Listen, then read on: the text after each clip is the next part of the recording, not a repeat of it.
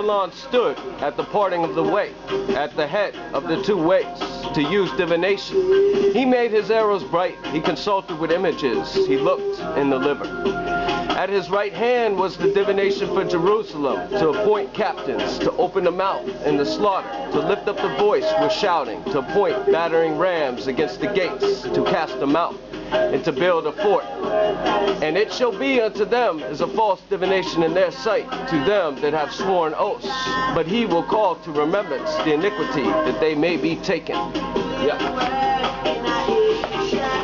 Greetings, giving thanks for our support, headline of the time. So I noticed that a few days ago, BBC, they did a documentary on His Emperor Majesty, Mr. Haile Selassie I, the King of Kings.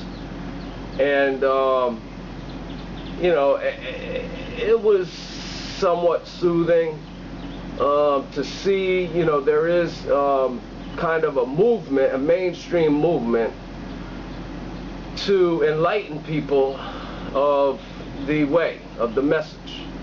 However, it's not exactly promoting the message, but rather, of course, the message of the imperialists.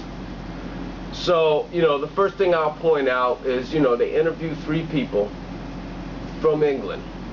Well, let's see here. You know, they are fellow, you know, Ethiopians. They are, you know, Rasta people. We won't take away from that.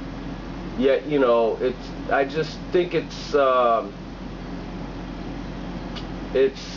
misrepresents the movement, because what we have is an international movement. Well, many other religions may be dying off, losing their luster or their appeal. Because remember, people join these cults so that they can find something, right? They want to take something out of it. Okay? You don't, I mean, I guess the way I can say is that for myself, you know, Rastafari has, you know, called you to the battle, okay? And you can turn your head and you can ignore the message, but it will haunt you forevermore. And I accept that reality, you know, I accept that. I'm grateful, but I'm tired, you know? And sometimes I have to ask, you know, Jah and my Creator, and say, you know, Jah, you know, be easy, right? But Jah always reminds me that, look, you got it easy already, you see? And that's enough confidence, that's enough of a support, you know, to keep you moving in that right direction. You know that your reward is great as long as you do what you've been asked. And that's all you are asked to do.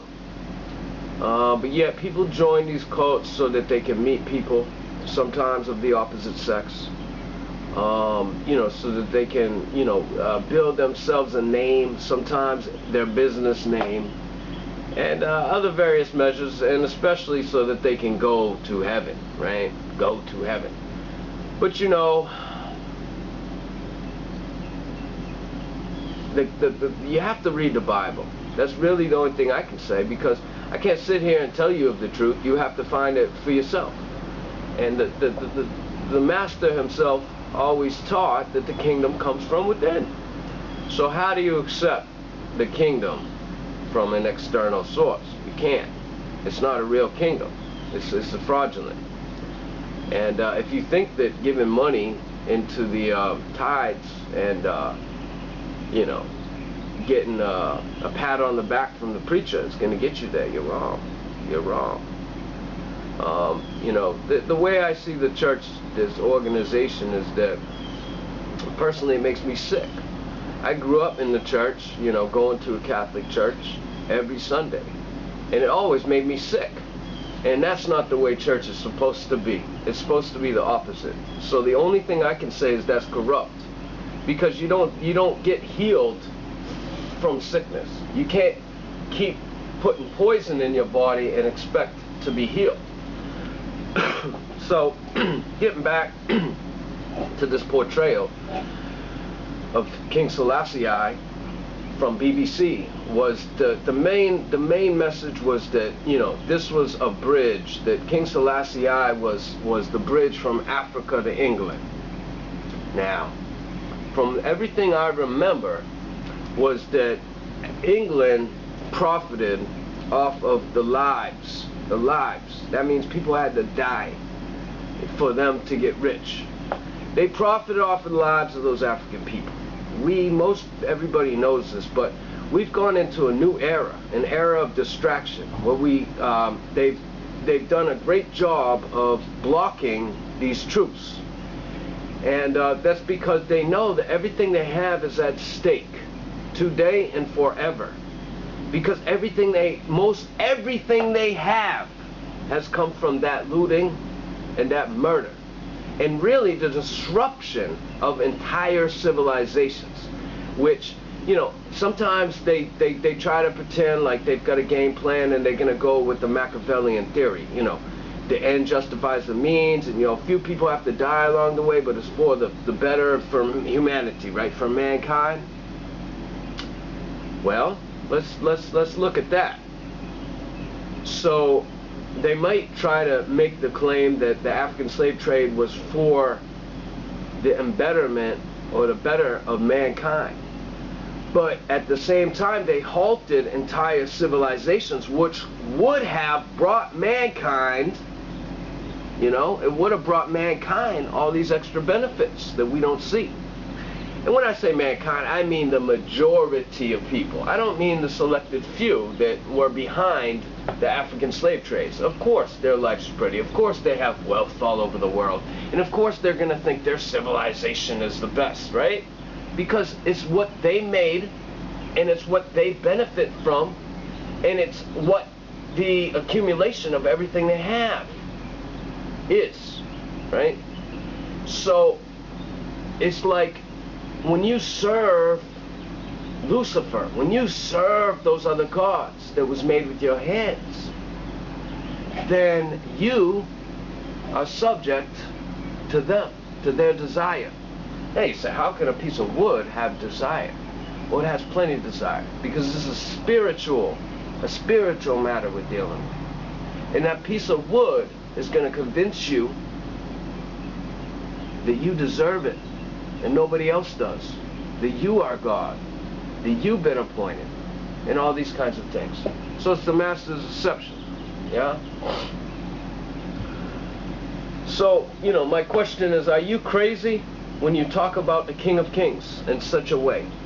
You know, to blaspheme his name even further, to try to make it seem as if, you know, the purpose of the King of Kings was to, you know, build some kind of unification between Europe and Africa. The King of Kings set forth his instructions to liberate mankind.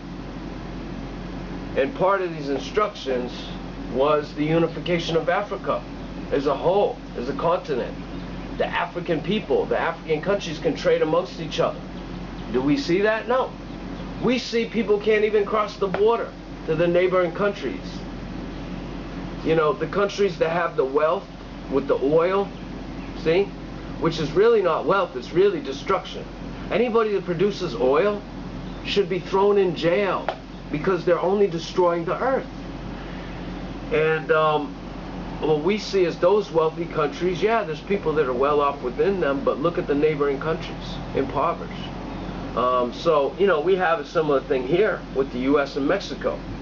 But in Africa, where the country's land is smaller, each country, they should have a system where they're able to trade amongst each other and profit. But they aren't, because they were divided. Everybody's been purposely divided. How did they divide those people? Well, they had to disrupt those cultures, those civilizations first. Then they were able to divide those people.